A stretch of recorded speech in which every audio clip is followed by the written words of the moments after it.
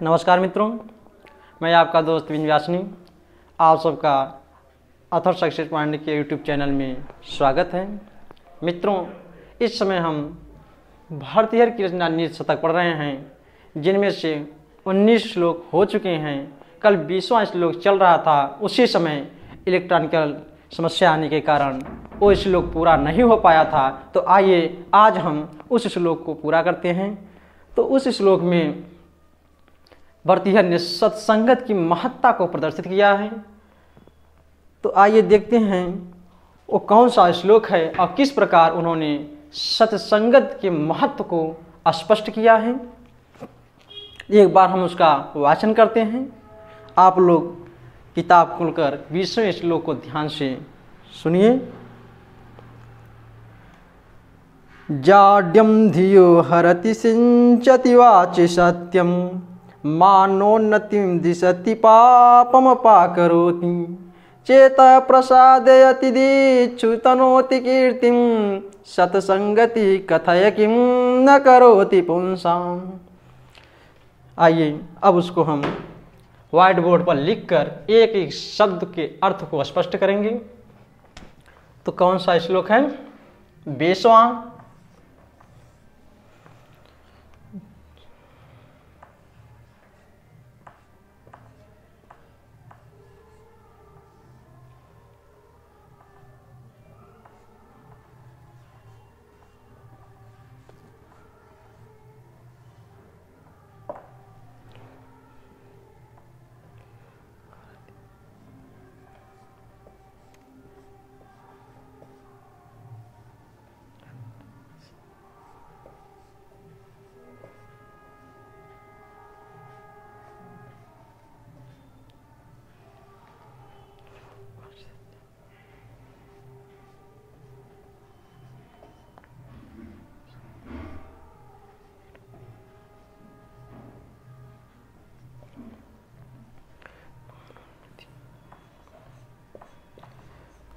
मानोन्नतिम,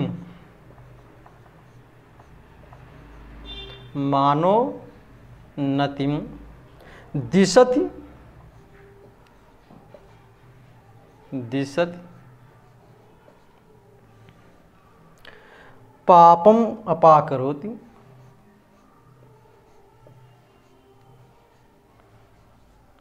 अपाकरोति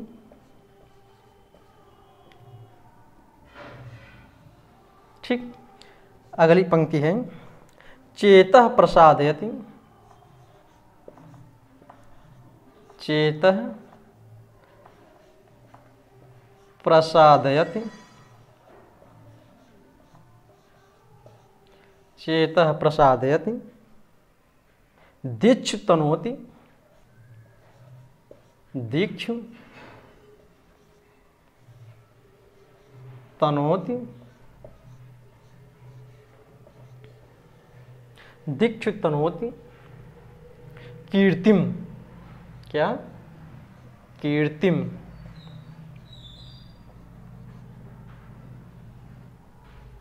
ठीक। लास्ट पंक्ति है सत्संगति,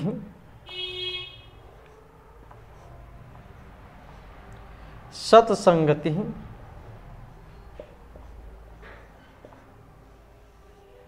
सत्संगति कथय किम, सत्संगति कथय किम न करोति पुंसाम, न करोति पुंसाम।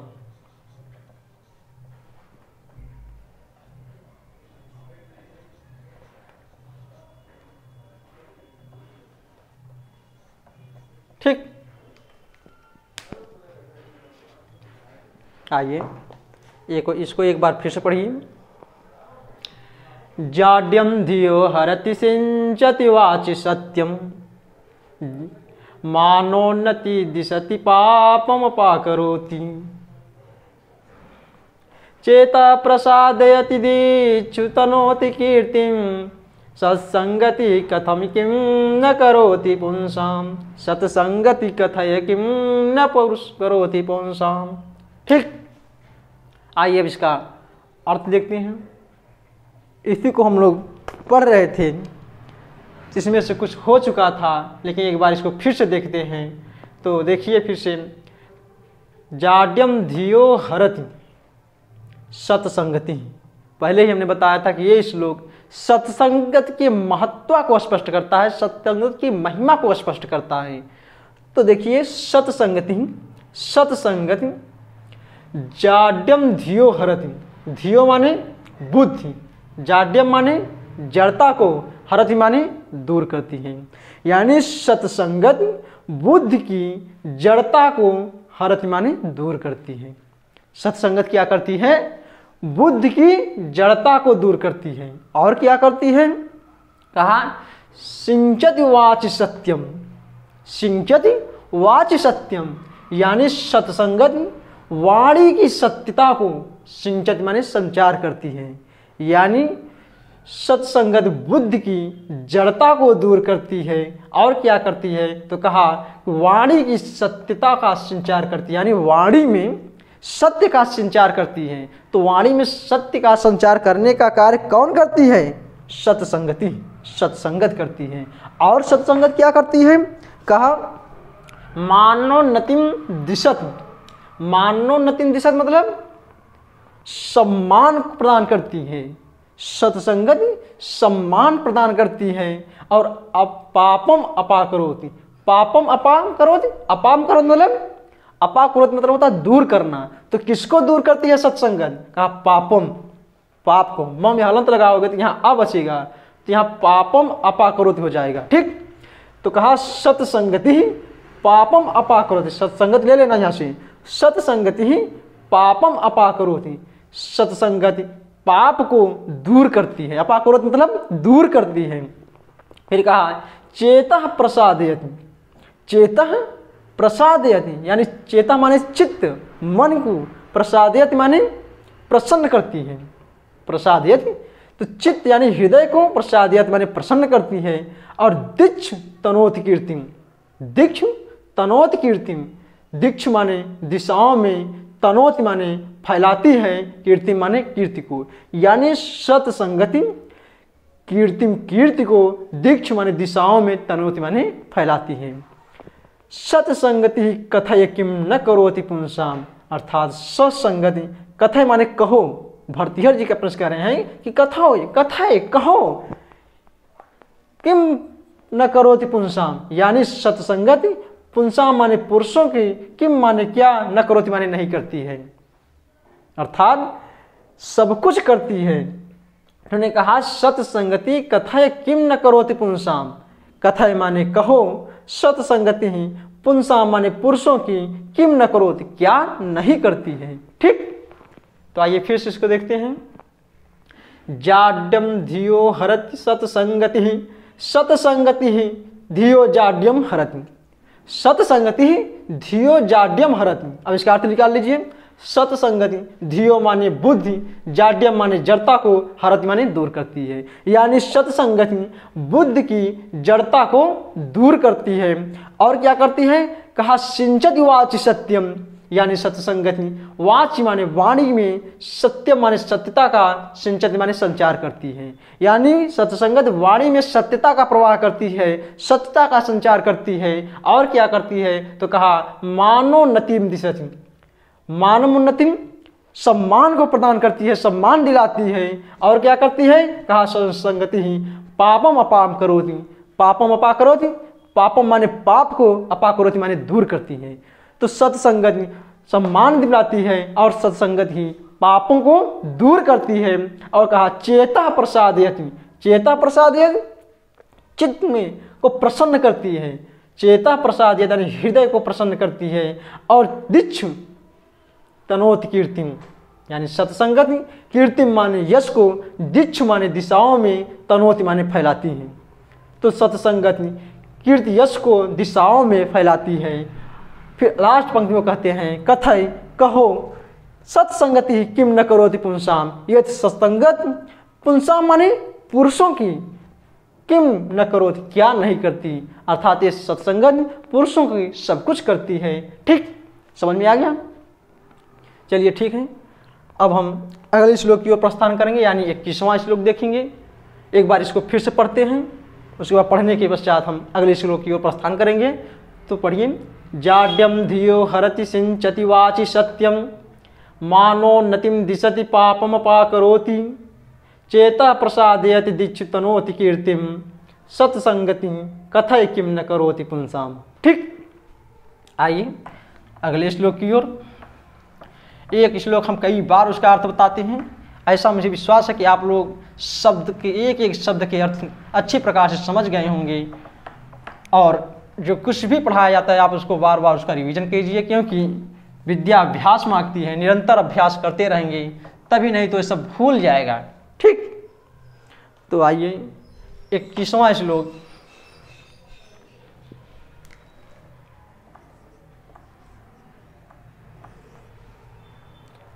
आइए देखते हैं 21वां श्लोक क्या है।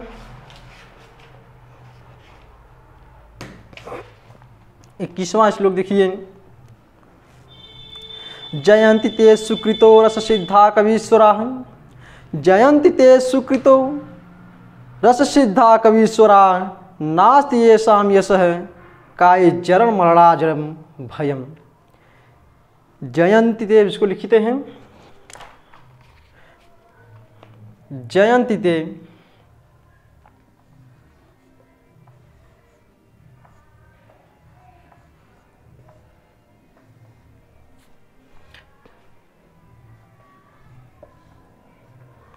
सुकृतिनो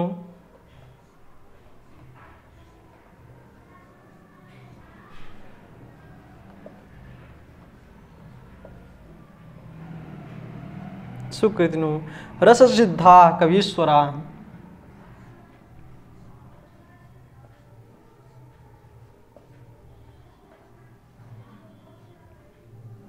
रस सिद्धा कवीश्वरा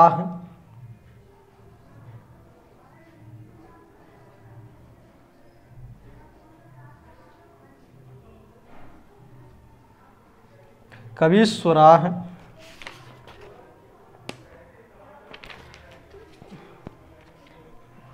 नास्ति येषां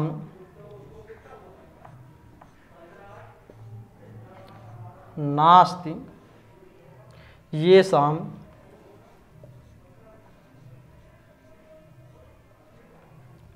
यशः काय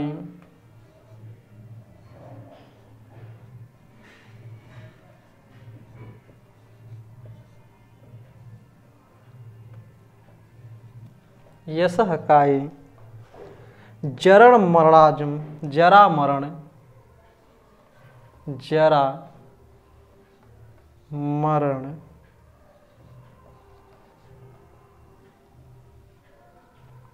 भयम।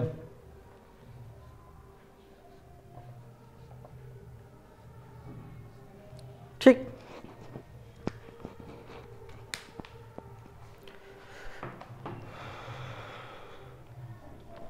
जयंति ते सुकृतिनो रस सिद्धा कवीश्वरा नास्ति येषां यशः काय जरा मरणजम भयम। ठीक, आइए इसका अर्थ देखते हैं।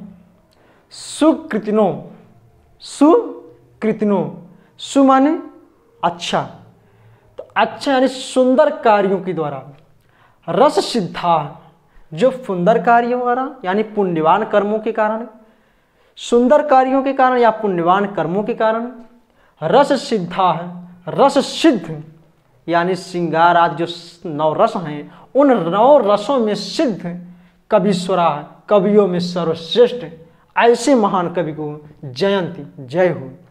भर्तृहरि जी उन रस सिद्ध कवीश्वरों को यानी सर्वश्रेष्ठ कवियों को जयकार करते हैं, प्रार्थना करते हैं, कहते हैं कि सुकृतिनो, सुकृतिनो माने पुण्यवान कर्मों वाले, रस सिद्ध श्रृंगार आदि जो 9 रस हैं, 9 रसों में जो सिद्ध हैं कवीश्वरा ऐसे कवियों में सर्वश्रेष्ठ कवि की जयंती माने जय हो। और कैसा है कहा, ये शाम माने ये रस कवीश्वरा जो कवियों में सर्वश्रेष्ठ कवि हैं ऐसे कवीश्वरा ये शाम यशः काय इनकी यश रूपी शरीर जरा मरणजम जरा यानी बुढ़ापा और मरण से भयम भयम नास्ति, यानी इनकी यश रूपी शरीर में न तो बुढ़ापा है और न तो मरण का भय है। इसी को उन्होंने कहा कि सुकृतिनों माने पुण्यवान कर्म वाले, यानी पुण्यवान रस सिद्धा है, रस सिद्ध कवीश्वरा है, कवियों में सर्वश्रेष्ठ जयंती माने जय हो, यानी पुण्यवान श्रृंगार आदि रसों में निपुण यानी सिद्ध कवियों में सर्वश्रेष्ठ उन कवियों की जयंती माने जय हो। ये सा माने जिनकी यशा काय यश रूपी शरीर जरा मरणजम, जरा यानी बुढ़ापे और मरण के भय में से नास्ति, भय नहीं, यानी जिनके यश रूपी शरीर में जरा और मरण का भयम नास्ति, भय नहीं है, ऐसे कवि स्वरा जयंती, ऐसे कवियों में सर्वश्रेष्ठ कवि की जय हो। ठीक, फिर से देखिए, सुकृतिनो यानी जयंती ते सुकृतिनो रस सिद्धा कवीश्वरा नास्ति येषां यशः काये रस सिद्ध नास्ति येषां यशः काये जरा मरणजम भयम। सुकृतिनो से यहाँ से देखिए, सुकृतिनो माने पुण्यवान, रस सिद्धा माने रस सिद्ध, कवीश्वरा माने कवियों में सर्वश्रेष्ठ, ते माने वे कवि, जयंती माने जय हो, यानी उन कवियों की जय हो जो पुण्यवान और श्रृंगार आदि रसों में सिद्ध कवियों में सर्वश्रेष्ठ हैं, ऐसे कवि की जयंती माने जय हो। ये शाम माने उन कवियों की जो कवीश्वर हैं, कवियों में सर्वश्रेष्ठ हैं, जिसकी हम जयकारी लगा रहे हैं, उन कवियों की यशः काय, यश यानी यश रूपी शरीर जरा मरणजम भयम नास्ति, जया और यानी जरा माने बुढ़ापा, मरणजम माने मरण का से उत्पन्न, भयम माने भय, नास्ति माने नहीं है, यानी जिसके यश रूपी शरीर में न तो बुढ़ापा और न तो मरण का भय रहता है, ऐसे कवियों में सर्वश्रेष्ठ कवि की जय हो। यहाँ पर रस सिद्धा कहा गया, कवियों को रस सिद्धा कहा गया। तो रस सिद्ध कौन कवि होते हैं? रस सिद्ध उन कवियों को कहा जाता है जो सभी रसों में, केवल एक रस में जो सिद्ध हो, निपुण हो, उन्हें नहीं कहा गया रस सिद्धा। रस सिद्धा उन्हें कहा गया जो श्रृंगार, वीर, करुण इत्यादि जो जितने भी रस हैं, यानी 9 रस हैं, उन 9 रसों में जो सिद्ध हो, 9 रसों में निपुण हो, उन्हें रस सिद्धा कहा गया। और कहा ऐसे रस सिद्धा कवियों में सर्वश्रेष्ठ कवि, कवीश्वरा, कवीश्वरा मतलब कवि था ईश्वर, तो कवीश्वरा कवियों में जो सर्वश्रेष्ठ हो, ऐसे कवियों की जयंती माने जय। और यहाँ पर यश काया है, यशा काया कहा गया है। यशा काया कहा गया इसलिए क्योंकि जो कवि लोग हैं, तो कवि तो हम लोगों के बीच में नहीं रहते, जैसे भरतिहर जी हैं, और भरतिहर तो इस समय हम लोगों के बीच में नहीं है, लेकिन जो इनकी यश रूपी काया है, जो इनकी नीति शतक है, नीति शतक की रचना करके उन्होंने यश का काम किया है, तो ये यश रूपी काया हम लोगों के बीच में रही विद्यमान है।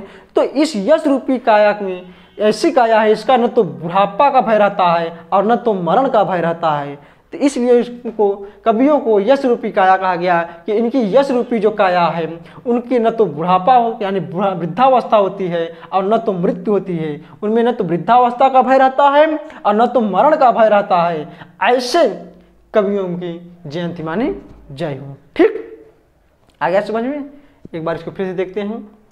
जयंती ते सुकृतिनो रस सिद्धा कवीश्वरा नास्ति येषां यशः काये जरा मरणजम भयम, यानी पुण्यवान कर्म वाले, रस सिद्धों, रस में निपुण, रस सिद्ध कवीश्वरा कवियों में सर्वश्रेष्ठ उन कवियों की जयंती माने जय हो। ये शाम जिनके यश रूपी शरीर का न तो मरण होता है, न तो वृद्धावस्था को प्राप्त होती है और न तो मरण का भय रहता है, ऐसे कवियों की जयंती माने जय हो। ठीक, आइए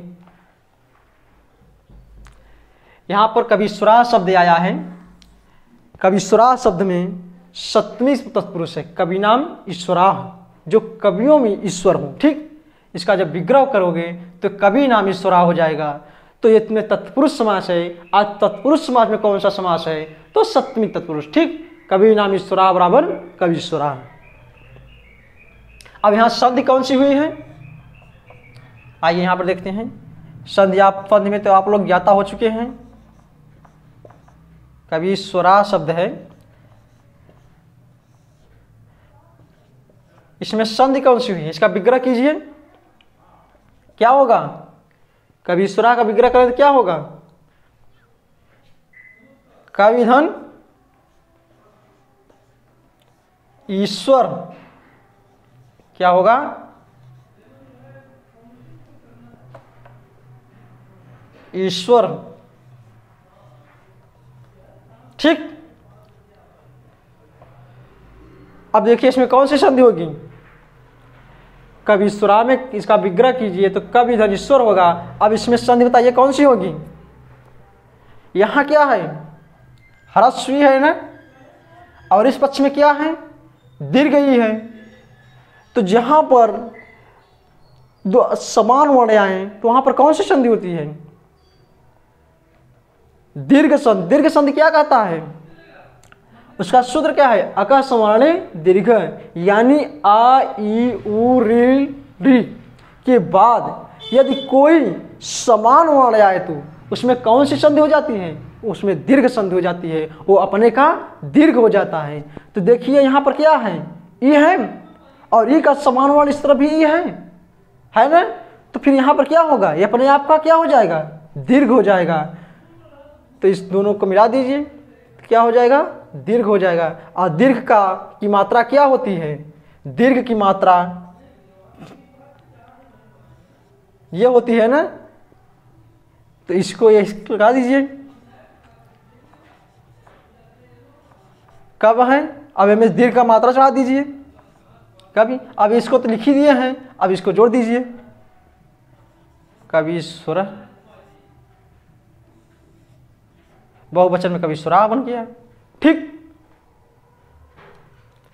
समझ में आ गया? चलिए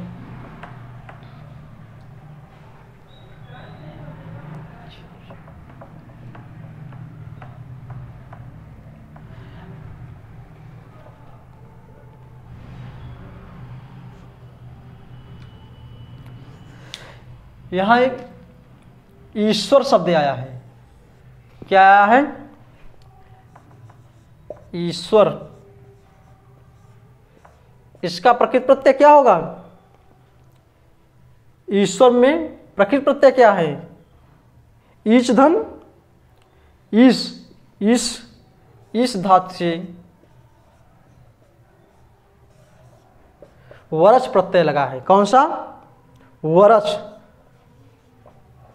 इस धातु से वरच प्रत्यय लगकर ईश्वर बना है। ठीक, ये सब जानते रहिए।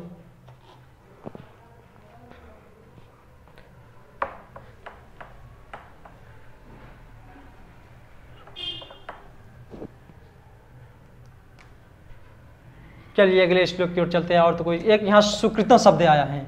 सुकृत। सुकृत कैसे बना है? सुकृत कैसे बना है?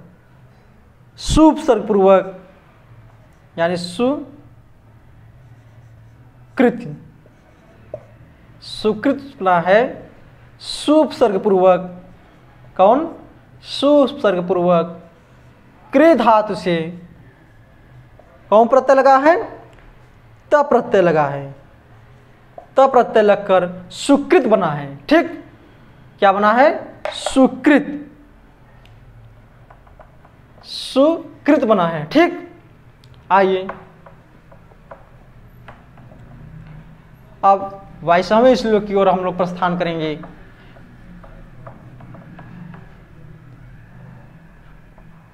बीस 21 श्लोक हो चुका, अब 22वें श्लोक की ओर प्रस्थान करेंगे। ये हमारा कौन सी पद्धति चल रही थी? विद्वत पद्धति। ठीक, विद्वत पद्धति समाप्त हुई।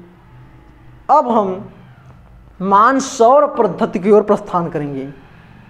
यहां से अब यानी 22वें श्लोक से मान सौर पद्धति स्टार्ट होती है। कौन पद्धति? मान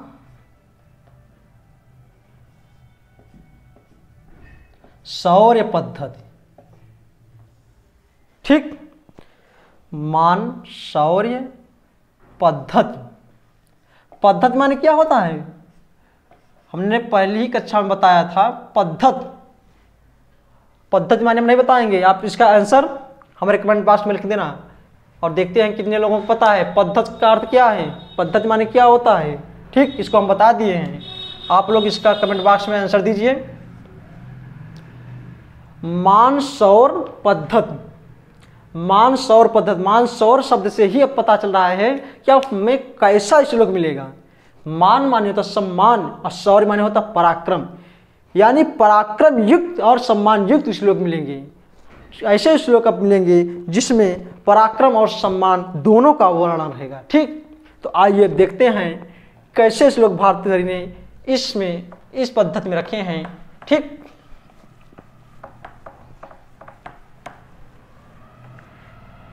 चलिए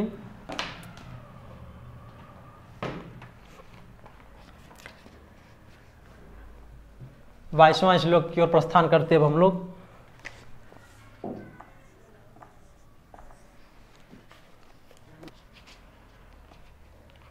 कौन सा पद्धति है? मान शौर्य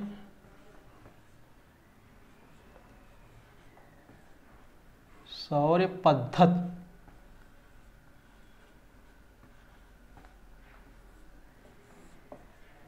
ठीक, दिख रहा है?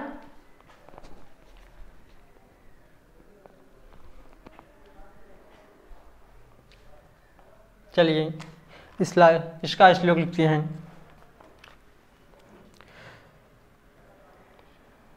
क्षुत्क्षाम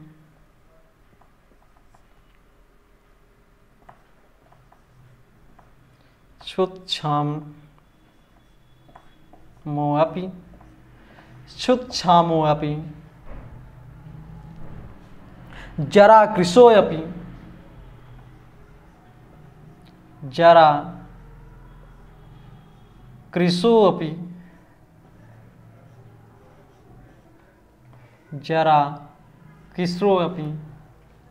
शिथिलप्रायोऽपि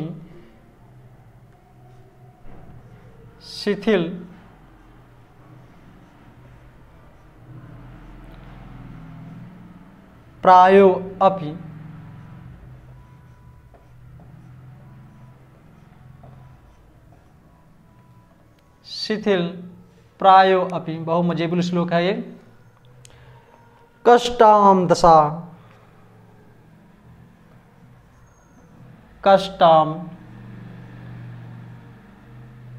दशा।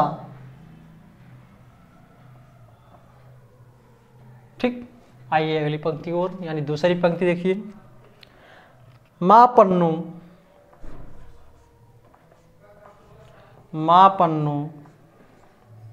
अपि, यानी मापन्नो अपि। ठीक, विपन्न दिधिति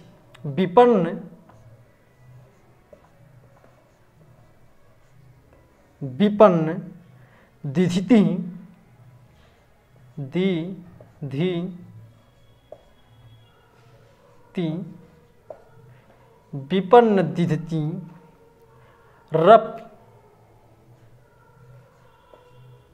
ठीक, प्राणेषु नस्वपि, प्राणेषु नस्य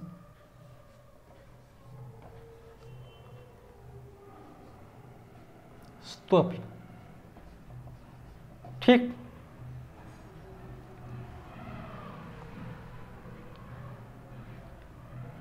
नस्वपि है। ठीक, आइए दो पंक्ति, अब तीसरी पंक्ति देखिए क्या है। मत्तेभेन्द्र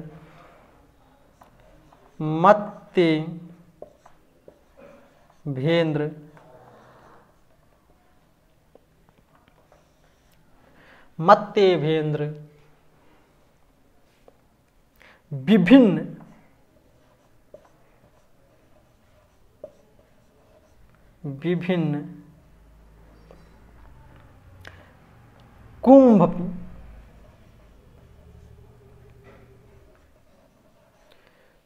कुंभपि पिसित,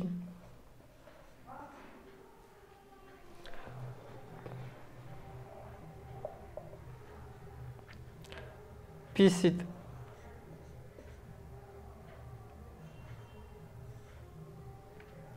ग्रासई,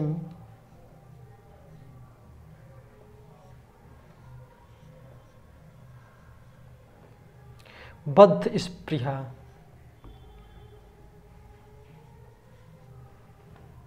स्पृह,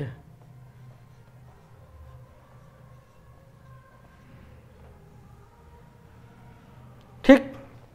आइए लास्ट पंक्ति, किम जीर्णम, किम जीर्णम तृणमत्ति, तृणमत्ति,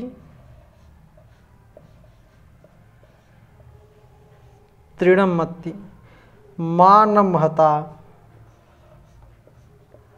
मानमहता, मानमहता अग्रेसरः,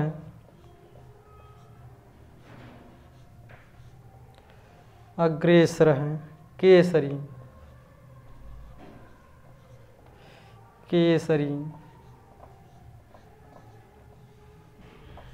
ठीक।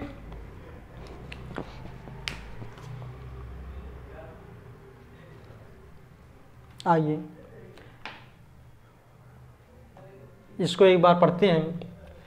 क्षुत्क्षामोऽपि, क्षुत्क्षामोऽपि जराकृशोऽपि शिथिलप्रायोऽपि कष्टां दशाम् आपन्नोऽपि विपन्नदिधिति अपि, विपन्नदिधितिः अपि प्राणेषु नश्यस्त्वपि मत्तेभेन्द्र विभिन्न कुंभ पिशित ग्रासैक बद्ध स्पृहः किम जीर्णम तृणमत्ति मानम हताम ग्रेसरः, मानम हताम अग्रेसरः केसरी, ठीक।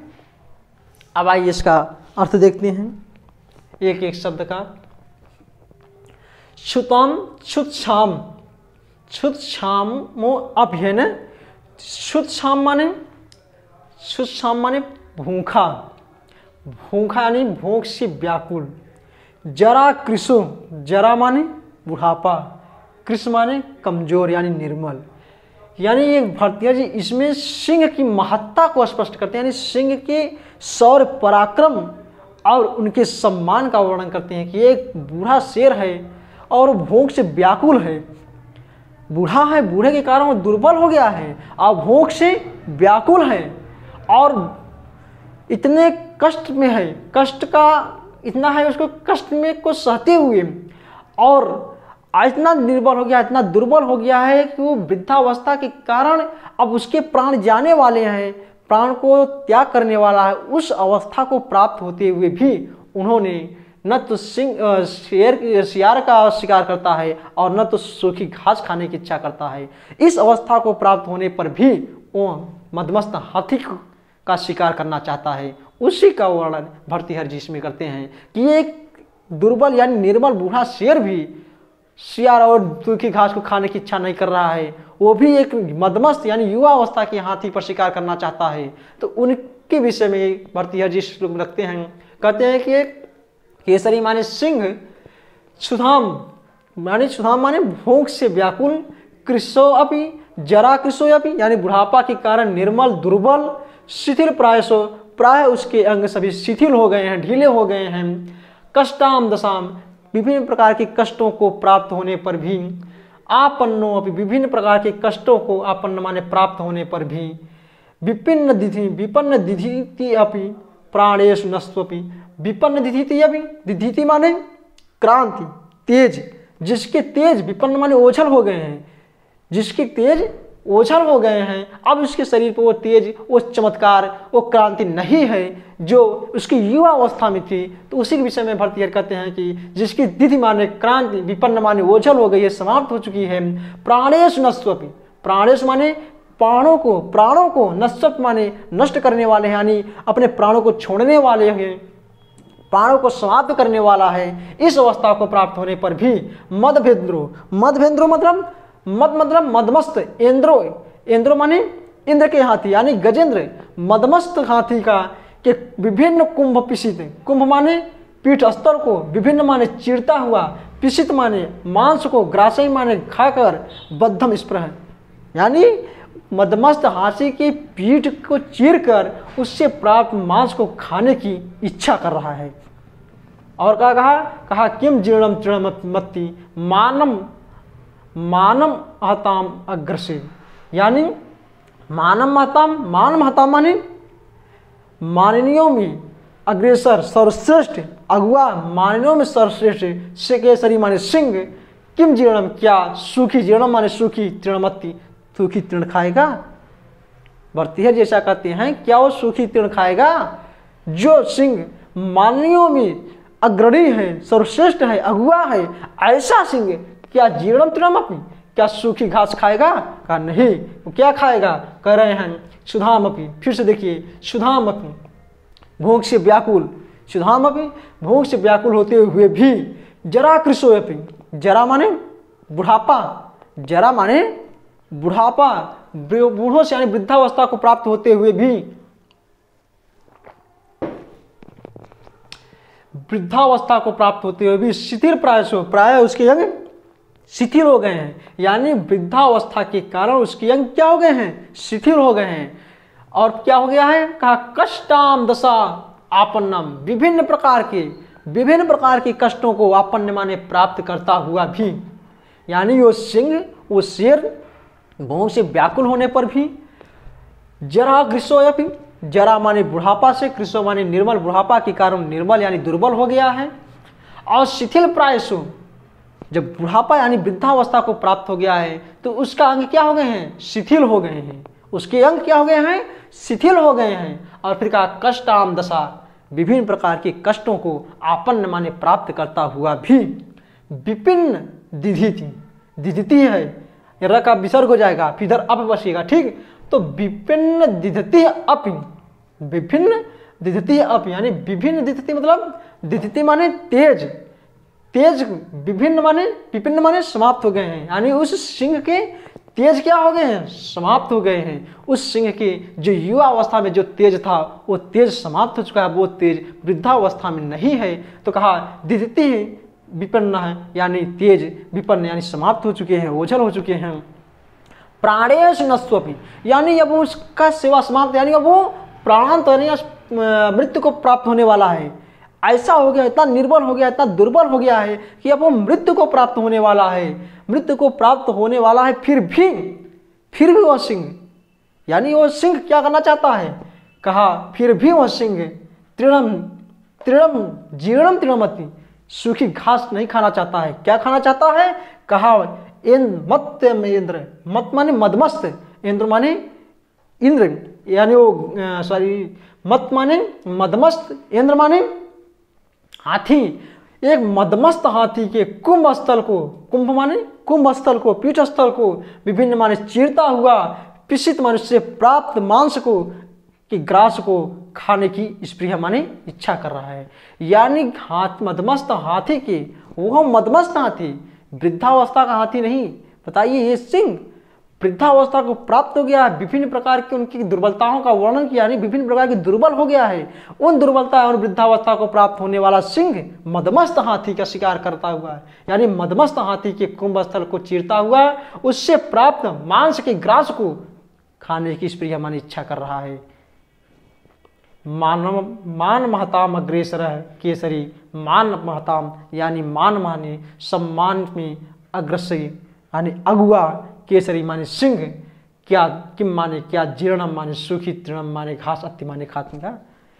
क्या माननीयों में अग्रणी सिंह सूखी घास खाएगा?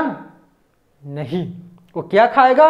वो मदमस्त हाथी का कुंभ स्थल को चीर कर उससे जो मांस प्राप्त होगा वो मांस के ग्रास को खाने की इच्छा कर रहा है, वो सूखी घास खाने की इच्छा नहीं कर रहा है। ठीक, आइए इसको एक बार फिर देखते हैं।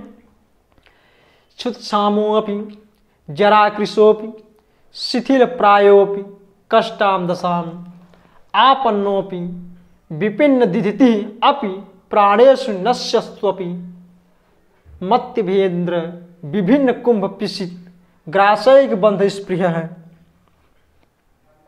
किम जीर्णम तृणमत्ति मानम मान महताम अग्रेसर है केसरी। केसरी माने सिंह। क्षुद छामो अपनी भूखा सिंह। कैसा सिंह है?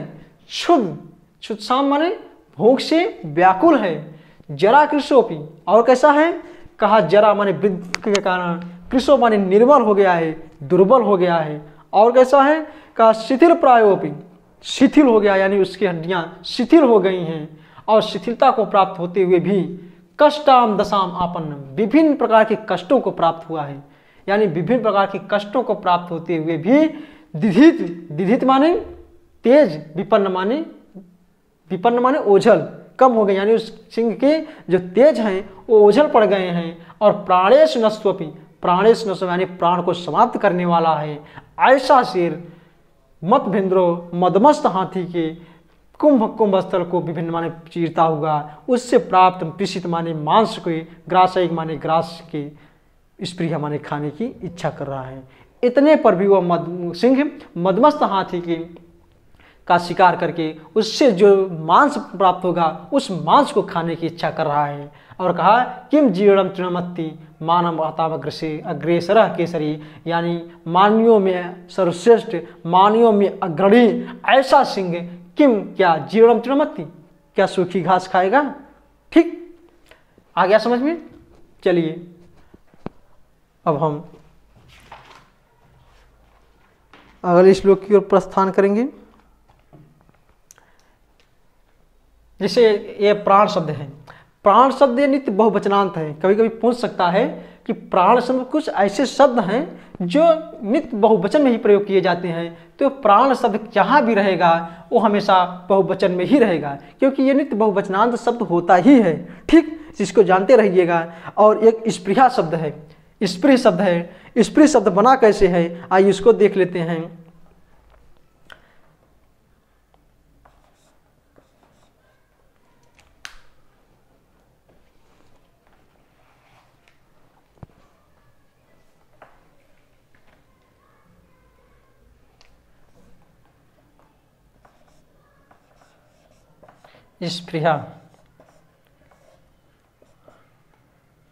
स्पृहा शब्द बना है स्पृह धातु से। कौन धातु? स्पृह धातु से।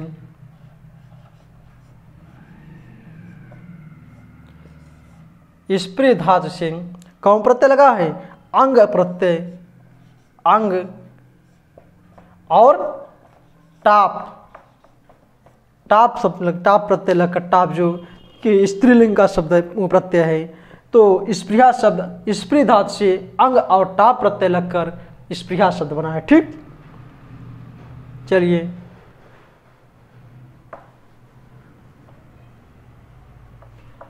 आइए अब हम अगले श्लोक की ओर चलते हैं। अभी तक हमारा ये मान शौर्य का पहला श्लोक था। कुल 19 शतक का 22 श्लोक हम लोग पढ़ चुके हैं। 2 पद्धत हो चुकी है, तीसरी पद्धत यानी मान शौर्य पद्धत चल रही है। अब मान शौर्य पद्धति का दूसरा श्लोक यानी 19 शतक का 23वां श्लोक अब हम पढ़ेंगे। ठीक, तो आइए देखते हैं 23वां श्लोक क्या है। आइए उसको भी देखते हैं।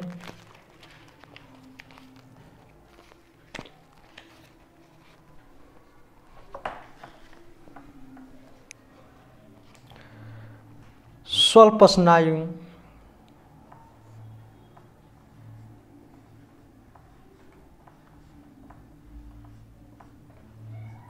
स्वल्प स्नायु, स्वल्प स्नायु,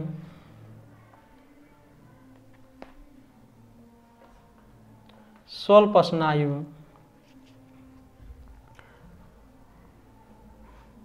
वसाम, वसाम,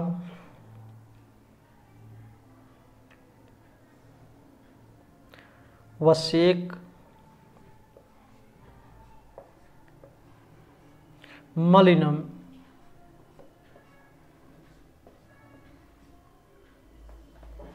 ठीक। निर्मांसमपि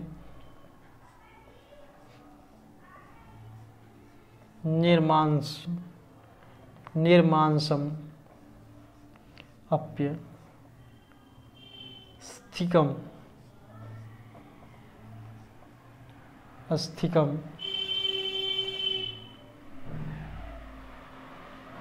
ठीक। आइए दूसरी पंक्ति। स्वालब्ध्वा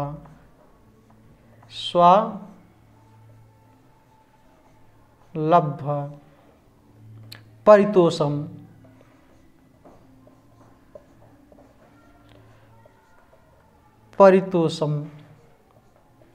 मेति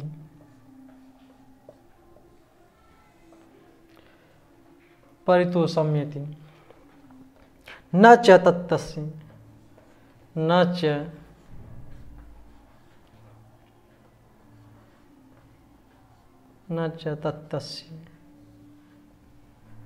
क्षुधा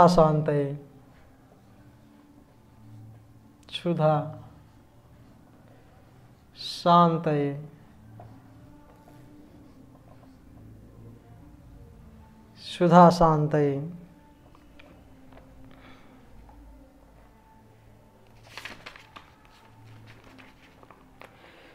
सिंहो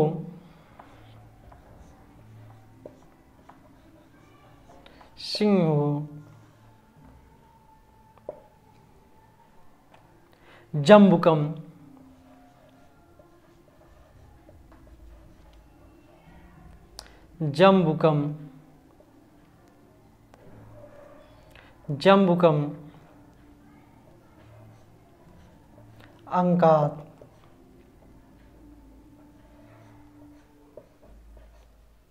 आगतमपि ठीक। जम्बुकम अंगम आगतमपि त्यक्त्वा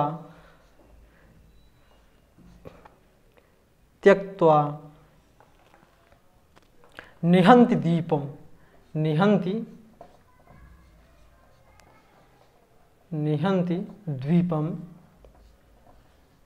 द्वीपम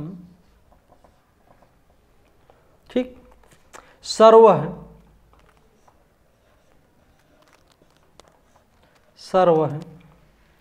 कृच्छ्रगतोऽपि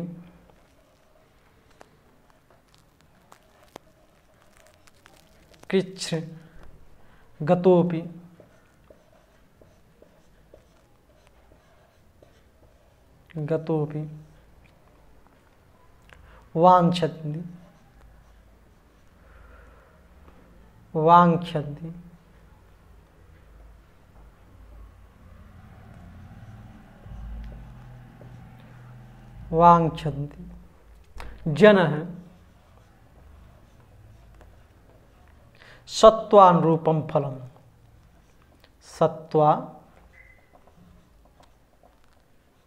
सत्वानुरूपम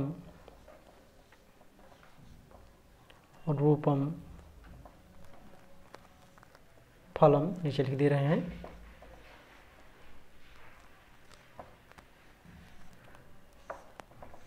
ठीक।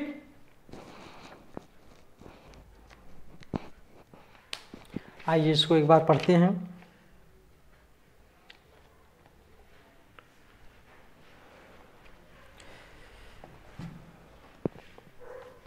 स्वल्प स्नायुवसा वसेकम मलिनम निर्मांसम अस्थिकम स्वलब्धा परितोषमेति न च तत्तस्य सुधाशान्तये सिंहो जम्बुकम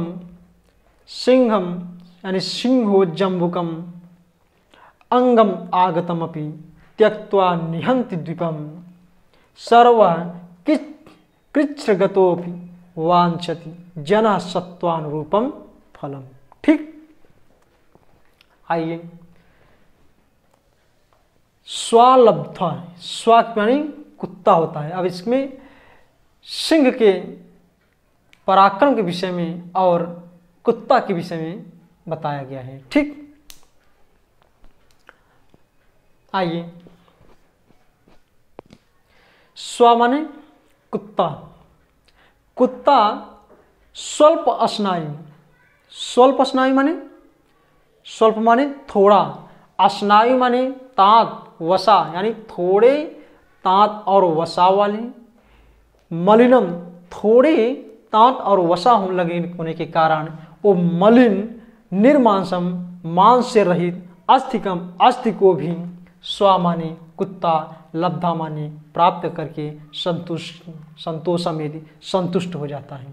यानी एक कुत्ता है वो किसी हड्डी में थोड़ा सा मांस और वसा तांत इत्यादि लगे हों और वो हड्डी तांत और वसा के कारण अत्यंत मलिन हो गई है, मलिनता को प्राप्त हो गई है, ऐसे मलिन उस मांस से रहित हड्डी को कुत्ता प्राप्त करके उसी में वो संतुष्ट हो जाता है, उसी में वो संतोष प्राप्त कर लेता है। आइए देखिए, कहा स्वल्प स्नायु, स्वल्प माने होता थोड़ा, स्नायु माने तांत, वसा माने वसा लिखा ही है, तो थोड़ा तांत और वसा के कारण मलिनता को प्राप्त हुआ और मांस रहित, निर्मांस माने मांस होता है और निर्माने मांस से रहित, निर्मांस माने मांस से रहित, अस्थिकम अस्थि को भी, लब्धा माने प्राप्त करके, परितोषमेति संतुष्ट हो जाता है। और क्या कहा आगे, कहा न च तत् तस्य सुधा शांतये, तत् माने वह क्या, वह कुत्ता यानी वह तत् स्व यानी तत् माने वह कुत्ता, तस्य उसके कौन, ये जो मांस रहित, सुधा माने शांत को, शांत माने शांत नहीं माने नहीं कर सकता। यानी ये जो मांस रहित हड्डी है, ये मांस रहित हड्डी उस कुत्ते के क्षुधा माने भूख को, शांत माने शांत नहीं कर सकती। यानी जो मांस हड्डी प्राप्त हुई है उस हड्डी में मांस है ही नहीं, तो जब मांस है ही नहीं तो उसकी भूख को कैसे शांत होगी। तो वही कह रहा है कि कुत्ता उस मांस रहित हड्डी को प्राप्त करके संतुष्ट हो जाता है, हमने तो पा गया, अब हम खा लेंगे, हमारा पेट भर जाएगा। जबकि ऐसा कुछ नहीं है, वो तो हड्डी है और हड्डी को ही चबाता रहता है और वो हड्डी जो आप उसको प्राप्त हुई है वो हड्डी उसके भूख को शांत माने शांत नहीं करती, उसको तृप्त नहीं करती।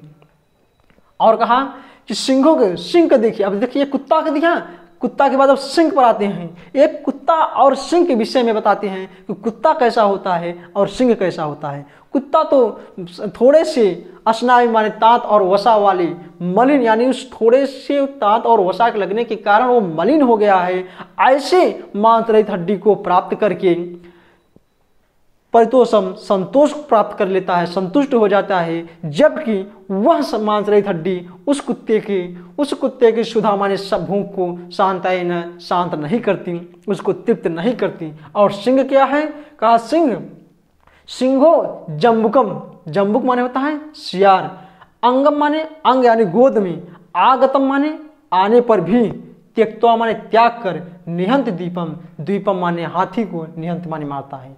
सिंह पराक्रम देखिए कि वो सिंह जम्बुकम अंगम, अंगम माने गोद में आए हुए, जम्बुकम यानी सियार को, अंगम माने अंग यानी गोद में, आगतम माने आए हुए, जम्बुकम माने सियार को, त्यक्त्वा माने त्याग कर भी, निहंत द्वीपम, द्वीपम हाथी को, निहंत माने मारता है। यानी अगर गोद में सिंह के देखिए उसके गोद में सियार चला जाता है तो उसको त्याग देता है, उसको भगा देता है और वो हाथी को मारने दौड़ पड़ता है, हाथी का शिकार करता है। लेकिन कुत्ता को देखिए, कुत्ता वो मांस रहित हड्डी को पा गया तो उसी में वो मस्त है, उसी में संतुष्ट हो जाता है। और जबकि वो मांस रहित हड्डी उसको क्षुधा को शांत करने में तृप्त नहीं होती, संतुष्ट नहीं होती, क्षुधा को शांत करने में वो पूर्ण नहीं होती। तो आइए फिर इसको एक बार देखते हैं।